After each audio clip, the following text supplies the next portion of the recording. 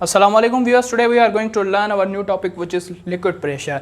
हमने atmospheric pressure को study किया हुआ है, वो प्रेशर जो एयर के मॉलिक्यूल्स की वजह से अर्थ के सरफेस पर एक्ट हो, उस प्रेशर को हम सिंपली कहते हैं एटमॉस्फेरिक प्रेशर। अब ऐसा ही प्रेशर जो है वो लिक्विड में भी क्रिएट होता है, वहाँ पे एयर के मॉलिक्यूल्स की वजह से हो रहा था, यहाँ पे जो है वो कोलिजन ऑफ लिक्विड मॉलिक्यूल्स की वजह से होता है। इसकी डेफिनेशन है the pressure due to collision of molecules in liquid is called liquid pressure. वो प्रेशर जो के मॉलिक्यूल्स के टकराने की वजह से लिक्विड में क्रिएट हो, उस प्रेशर को हम सिंपली कहते हैं लिक्विड प्रेशर।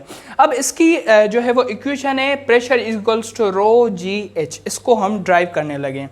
आपको पता है कि जब भी हम कोई अननोन क्वांटिटी को जो है वो ढूंढते हैं, उसको फाइंड करते हैं, तो हम सबसे पहले ये देखते हैं कि हमारे पास गिवन कौन सी चीज़ है। अब लिक्विड में हमारे पास एक होता है, उसकी डेंसिटी गिवन होती है कि वो कितना गाढ़ा है, और उसका वॉल्यूम गिवन होता है कि वो कितनी जो है वो पर्टिकुलर एरिया को कवर कर रहा है।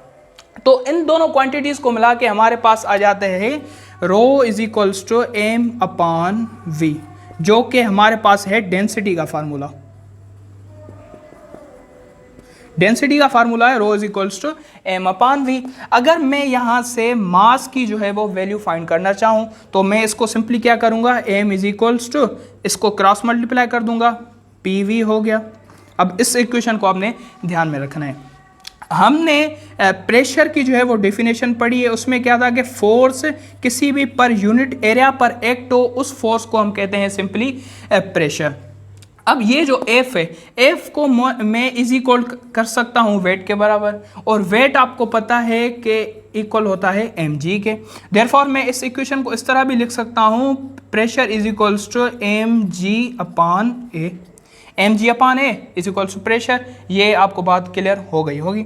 अब मास की जो हमारे पास यहाँ पे वैल्यू है वो क्या है, m is equals to p v. अब आपने यहाँ पे गौर करना है कि ये जो वॉल्यूम है, वॉल्यूम आपको पता है कि 3 डायमेंशनल क्वांटिटी होती है, लेंथ, विड्थ और हाइट।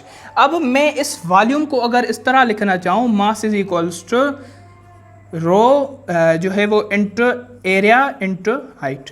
अब एरिया में हमारे पास 2 क्वांटिटीज कवर हो गई, एक हो गई लेंथ और एक हो गई विड्थ, और मैंने तीसरी जो इसमें वॉल्यूम की क्वांटिटी थी उसको मैंने सिंपली इसको इससे अलग करके लिख दिया। तो मास की वैल्यू क्या हो गई, mass is equals to rho into area into height. Simply यही मास वाली वैल्यू मैं इस जो है वो प्रेशर वाली इक्वेशन में पुट कर दूंगा। प्रेशर इज इक्वल्स टू, आपने ये जो है वो समझना है कि ये जो साइन है वो है रो, इसको हम पढ़ते हैं रो, और ये जो है वो प्रेशर है, रो होता है डेंसिटी, ठीक है। इसको आपने मेमोराइज कर लेना है। Mass is equals to rho into area into height, pressure is equals to, अब मैं इस मास की वैल्यू को इस इक्वेशन में पुट करने लगा हूँ, rho multiply by A multiply by H upon A multiply by G. ये जी सिंपली आ गई और मास की वैल्यू आ गई एरिया वही। तो एरिया को मैं एरिया से कट कर देता हूँ, और pressure is equals to rho g h. अब ये जो रो है, रो हमारी है डेंसिटी, ठीक है, और जी है एक्सेलरेशन ड्यू टू ग्रेविटी, और एच जो है वो डेप्थ है, डेप्थ ऑफ फ्लूइड है। जितना फ्लूइड डेप्थ में होगा उतना ही जो है वो उसमें प्रेशर क्रिएट होगा। So this was all about liquid pressure. Thank you very much.